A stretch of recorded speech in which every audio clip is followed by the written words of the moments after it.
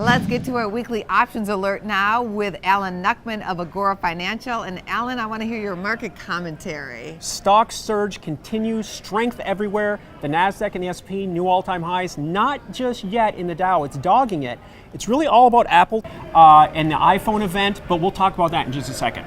So let's take a look at NEM. This is a review on an options trade that you made earlier. Yeah, a couple weeks back, we looked at an NEM call option, a weekly option that expired on Friday, and we talked last week at this time about being patient, waiting for gold to kick up one more time, and it did, and that option premium doubled in value. We took some profits, and it's off the table. But you also have Freeport-McMoRan on the table. Yeah, FCX has had a fall. That stock went down below 15. We still have some time. It expires on Friday, but it's not looking so good just yet. There's a gap up above, so we'll see in the next couple days if we can make one more upward push. And your WPI trade trigger? It is an Apple of all things. It's all the talk. Now, Apple here has stalled at the 160 level, so it did bounce a bit with the buy the rumor and then sell the fact. It ended up being down just a bit, just a few pennies on the session. But we are looking at the September 22nd 160 call. So we've got some time there, about 10 days of time for that to get some follow through. Now, Apple's been a stock that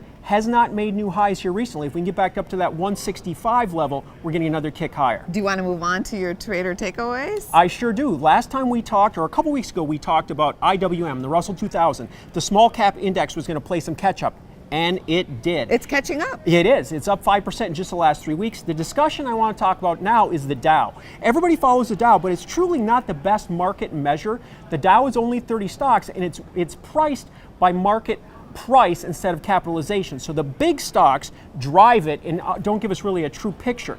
The second thing I want to talk about in this Dow discussion is that a $1 move, and most people aren't aware of this factoid here, a $1 move represents 7 Dow points. So you can see some of the bigger stocks. If McDonald's is up 5 points or Goldman Sachs is down 5 points, that can really drive the index and not give you a true picture of what the market in general is doing. And you say V is for recovery. Right, I'm looking for a V recovery one more time in the Dow. Now let's remember, it's been since August the 8th, more than a month ago, since the blue chips have made new all-time highs. Now the fall from 22,200 stalled at 21,600, so that was a 600 point drop. You add that on top of those old highs, I'm looking at 22,800, which is 3% above.